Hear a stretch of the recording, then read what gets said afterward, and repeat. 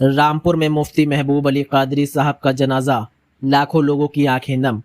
رامپور شہر کے مشہور عالم دین اور امام مفتی محبوب علی قادری صاحب کا امریکہ میں انتقال ہو گیا۔ آج ان کا جنازہ رامپور لایا گیا، جہاں لاکھوں کی تعداد میں لوگوں نے شرکت کر انہیں انتم وداعی دی۔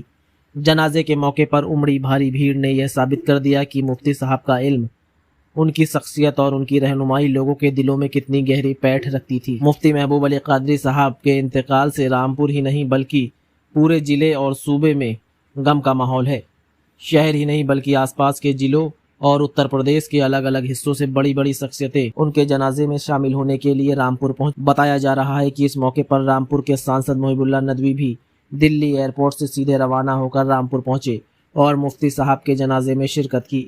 انہوں نے مفتی صاحب کو یاد کرتے ہوئے کہا کہ ان کا جانا علم اور دین کے لیے بہت بڑا نقصان ہے۔ انہوں نے مفتی صاحب کی خدمت اور ذکر کرتے ہوئے دعا کی، اللہ تعالیٰ انہیں جنت الفردوس میں اعلیٰ مقام عطا فرمائے۔ جنازے میں شامل لوگوں نے کہا کہ مفتی صاحب کی کمی ہمیشہ محسوس کی جاتی رہے گی۔ ان کے جانے سے رامپور اور ایک بڑے رہنما محروم ہو گیا۔ وہیں آپ کو آئیے سنواتے ہیں رامپور سانسد محب اللہ ندوی کا کیا کہنا ہے۔ ہمارے اساتذہ ہیں، ان سب کو اپنی اپنی ذمہ داری انہوں نے دی ہے۔ اللہ کا شکر ہے، ہم سب ایک دعا کریں کہ رحمت اللہ علیہ کی سب سے بڑی کرامت یہ ہے کہ ان کی 95 سال عمر ہونے کے بعد بھی جب کہ کسی اور آدمی بیٹھنے کے قابل نہیں رہتا، سننے کے قابل نہیں رہتا، دیکھنے کے قابل نہیں رہتا، مگر الحمدللہ وہ کائنات جب تک اس دنیا فانی کے اندر موجود ہے، اللہ کا شکر ہے کہ ان کی عادت بالکل صحیح، قوت دریائی سے رہی، قوت سماعت کی سے رہی۔ الحمدللہ ان کا ایک کام صحیح رہا، اور سب سے بڑی کرامت ان کی یہ ہے کہ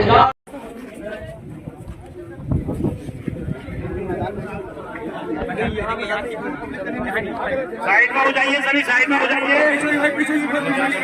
پکڑا لیں یہ بھی کیا بنا لیں۔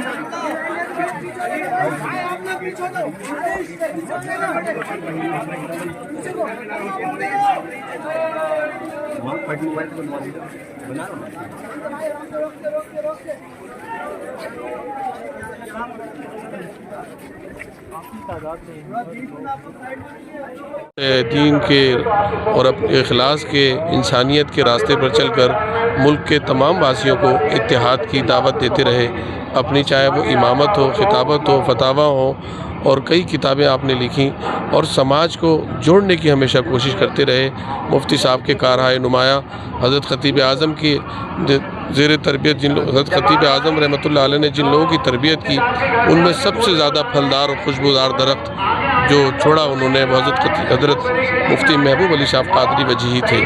اللہ تعالیٰ ان کے درجات بلند فرمائے اور ان کے صاحبان اور صاحبزادیوں اور تمام ان کے شاگردوں کو صبر جمیل عطا فرمائے۔